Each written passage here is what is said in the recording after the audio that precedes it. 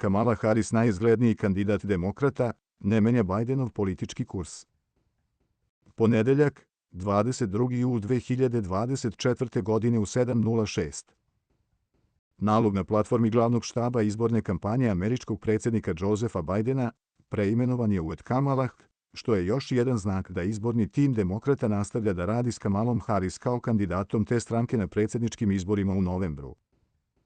Očekuje se da potpredsjednica sad ostane na kursu Bidenove politike, pre svega kada je reč o ključnim spoljnopolitičkim pitanjima, kao što je podrška Ukrajini, Izraelu, ali i NATO-u.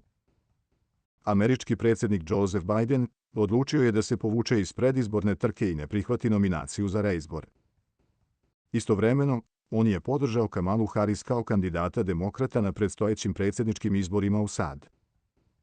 Potpredsjednica Kamala Harris izjavila je da je počastvovana što je dobila podršku predsjednika Joe Bidena i namerava da zaradi nominaciju za predsjednika. Počastvovana sam što imam podršku predsjednika i moja namera je da zaradim ovu nominaciju i pobedim, rekla je Harris. Do izbora je ostalo 107 dana, napomenula je Kamala Harris, što je veoma kratak vremenski period da konsoliduje podršku svoje stranke. Zajedno ćemo se boriti. I zajedno ćemo pobediti, rekla je Kamala Harris.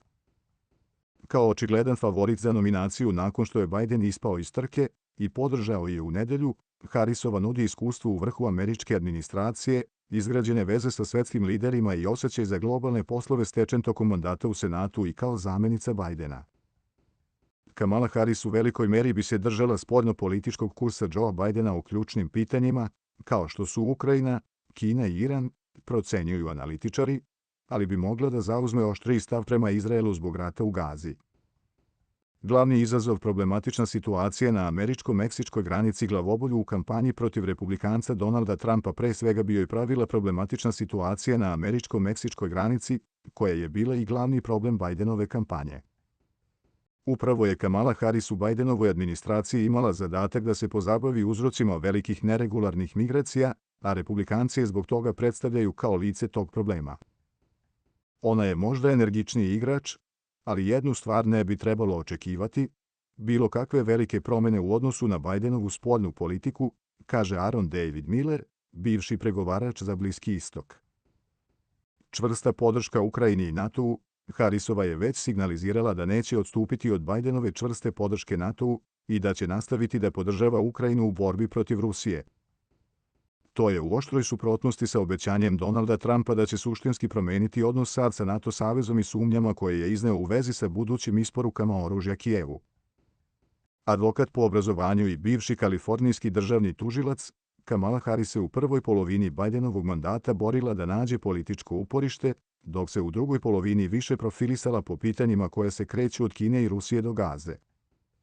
Na ovogodišnjoj Minhenskoj bezbednosnoj konferenciji održala je oštar govor u kojem je osudila Rusiju zbog invazije na Ukrajinu i obećala da će sad čvrsto slediti član 5 NATO-a o međusobnoj samoodbrani.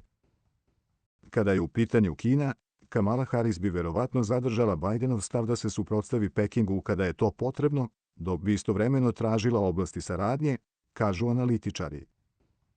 Ipak, Harrisova je na samitu Asocijacije nacija Jugoistočne Azije u Džakarti optužila Kinu za teritorijalne pretenzije u Južnom Kineskom moru.